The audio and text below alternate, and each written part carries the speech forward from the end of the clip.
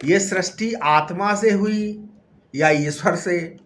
तो जगत के दो कारण हुए, एक उपादान कारण ईश्वर और निमित्त कारण प्रकाशक मतलब आत्मा। समझ में आ गया? कौशितकी उपनिषद में बताया गया है कि सुसुप्ति में सृष्टि आत्मा में लीन हो जाती है, वैसे ही प्रलय काल में सृष्टि ईश्वर में लीन हो जाती है। परंतु इस समय जब इंद्रियां अपने अपने विषयों सहित सो जाती हैं, तो उस समय सुसुप्ति और प्रलय का भेद किसने देखा है? समझ में आया?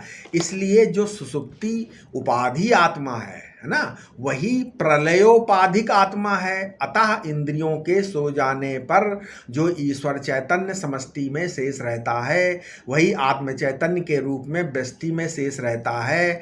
अतः आत्म चैतन्य और ईश्वर चैतन्य दोनों अलग अलग वस्तुएं नहीं हैं, दोनों एक हैं। तो सृष्टि का कारण यतः है, वो अनिदम है, वो उत्पत्ति स्थिति प्रलय वाला नहीं है। अच्छा, ये कारण सह है या अहम है?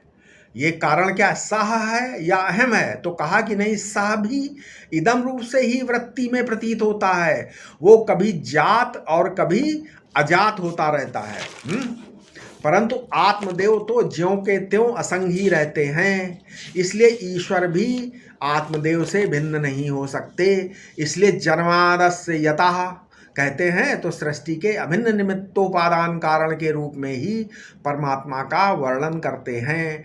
मतलब बनाने वाला है का अर्थ है कि वह सर्वज्ञ है, और बनने वाला का अर्थ है कि वो उसमें सर्वभवन सामर्थ्य है, मतलब अर्थात वो सर्वशक्ति है।